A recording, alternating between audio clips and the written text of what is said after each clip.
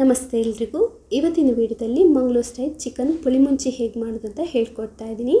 ಇದಕ್ಕೆ ತೆಂಗಿನ ತುರಿ ಹಾಕದೆ ನಾವು ಮಾಡುವಂಥದ್ದು ತುಂಬಾ ಚೆನ್ನಾಗಿರುತ್ತೆ. ಈ ವಿಡಿಯೋ ನಿಮಗೆ ಇಷ್ಟ ಆದರೆ ಲೈಕ್ ಮಾಡಿ, ಹಾಗೆಯೇ ಚಾನಲ್ ಸಬ್ಸ್ಕ್ರೈಬ್ ಮಾಡಿಲ್ಲ ಅಂದರೆ ಸಬ್ಸ್ಕ್ರೈಬ್ ಮಾಡಿ. ಮೊದಲಿಗೆ ಮಸಾಲಾನ ರೆಡಿ ಮಾಡ್ಕೊಳ್ಳೋಣ. ಅದಕ್ಕೆ ನಾನೊಂದು ತವಾಗೆ ಸ್ವಲ್ಪ ಎಣ್ಣೆ ಹಾಕಿದ್ದೀನಿ. ಒಂದು 15 ಬ್ಯಾಡಗಿ ಮೆಣಸನ್ನು ಯೂಸ್ ಮಾಡ್ತಾಯಿದ್ದೀನಿ. ಖಾರ ಜಾಸ್ತಿ ಬೇಕಂದರೆ ಸ್ವಲ್ಪ ಗುಂಟೂರು ಮೆಣಸು ಕೂಡ ಆ್ಯಡ್ ಮಾಡ್ಕೊಳ್ಬೋದು.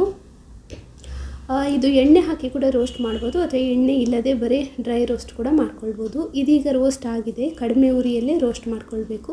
ತೆಗೆದೊಂದು ಪ್ಲೇಟಿಗೆ ಹಾಕಿ ತವಾಗೆ ಮತ್ತೆ ಸ್ವಲ್ಪ ಎಣ್ಣೆನ ಹಾಕಿದ್ದೀನಿ. ಇವಾಗ ಇದಕ್ಕೆ ಒಂದು 3 ಇಂಚಿನಷ್ಟು ದಾಲ್ಚಿನ್ನಿ, ಒಂದು 2 ಏಲಕ್ಕಿ, ಒಂದು ಸಣ್ಣ ತುಂಡಿನಷ್ಟು ಜಾಯಿಕಾಯಿ, ಒಂದು ಸಣ್ಣ ತುಂಡು ಸ್ಟಾರ್, ಒಂದು 5-6 ಲವಂಗ,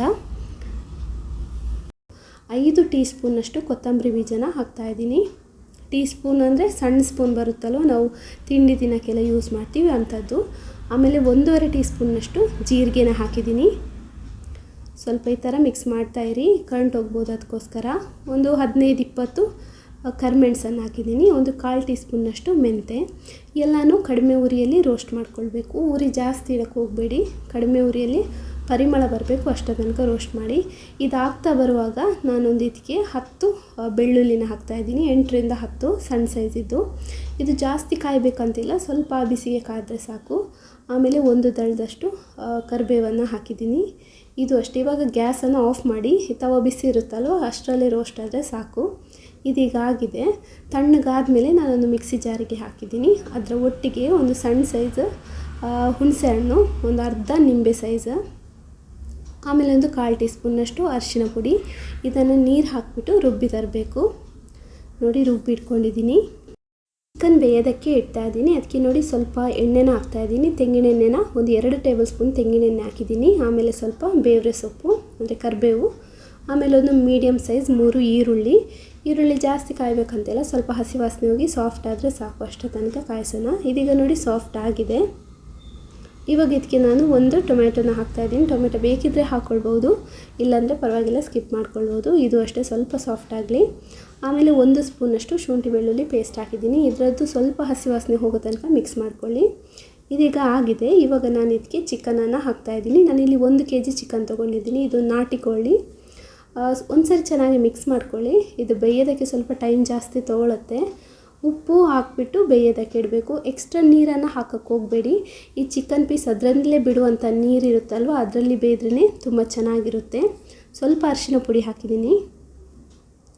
ಎಕ್ಸ್ಟ್ರಾ ನೀರು ಹಾಕದೆ ಹಾಗೆ ಮುಚ್ಚಳನ ಮುಚ್ಚಿಬಿಟ್ಟು ಸ್ವಲ್ಪ ಬೇಯೋದಕ್ಕೆ ಇಡ್ತಾಯಿದ್ದೀನಿ. ಮೊದಲಿಗೆ ಕಡಿಮೆ ಉರಿಯಲ್ಲಿ ಇಡಿ.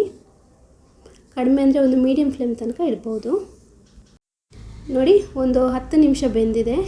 ನೀರೆಲ್ಲ ಚೆನ್ನಾಗಿ ಬಿಟ್ಟಿದೆ. ನಾನು ಎಕ್ಸ್ಟ್ರಾ ನೀರು ಹಾಕೋಕ್ಕೆ ಹೋಗಿಲ್ಲ, ಅದೇ ನೀರು ಬಿಟ್ಟಿದೆ. ಕೆಲವೊಂದು ಚಿಕನ್ ಜಾಸ್ತಿ ನೀರು ಬಿಡುತ್ತೆ, ಕೆಲವೊಂದು ಸ್ವಲ್ಪ ಕಡಿಮೆ. ಇದು ಇನ್ನೂ ಬೇಯಬೇಕು. ಒಂದು 75 ಭಾಗದಷ್ಟು ಬೇಯಬೇಕು. ನೋಡಿ, ನಾನಿಲ್ಲಿ 75 ಭಾಗದಷ್ಟು ಬೇಯಿಸಿಟ್ಟಿದ್ದೀನಿ, ಅಂದರೆ ಬೇಯಿಸಿದ್ದೀನಿ. ಇನ್ನೂ ಉಳಿದದ್ದು ಮಸಾಲೆ ಜೊತೆ ಬೇಯಿಸ್ಕೊಳ್ಬೇಕು. ಇವಾಗ ರುಬ್ಬಿಟ್ಟಂಥ ಮಿಶ್ರಣನ ಹಾಕ್ತಾಯಿದ್ದೀನಿ. ಹಾಕಿಬಿಟ್ಟು ಸ್ವಲ್ಪ ನೀರನ್ನು ಅದೇ ಜಾರಿಗೆ ಹಾಕಿದ್ದೀನಿ. ಜಾಸ್ತಿ ನೀರು ಹಾಕೋಕ್ಕೆ ಹೋಗ್ಬೇಡಿ. ನಿಮಗೆ ಗ್ರೇವಿ ಸ್ವಲ್ಪ ಜಾಸ್ತಿ ಬೇಕು ಅಂದರೆ ಸ್ವಲ್ಪ ಜಾಸ್ತಿ ಹಾಕ್ಕೊಳ್ಳಿ. ಒಂದ್ಸರಿ ಚೆನ್ನಾಗಿ ಮಿಕ್ಸ್ ಮಾಡಿಕೊಂಡು ಮತ್ತೆ ಬೇಯೋದಕ್ಕೆ ಇಡಬೇಕು. 25 ಭಾಗದಷ್ಟು ಇನ್ನೂ ಬೇಯೋದಕ್ಕಿದೆ ಅಲ್ವ, ಅದು ಮಸಾಲೆ ಜೊತೆ ಬೆಂದ್ರೇ ತುಂಬ ಚೆನ್ನಾಗಿರುತ್ತೆ.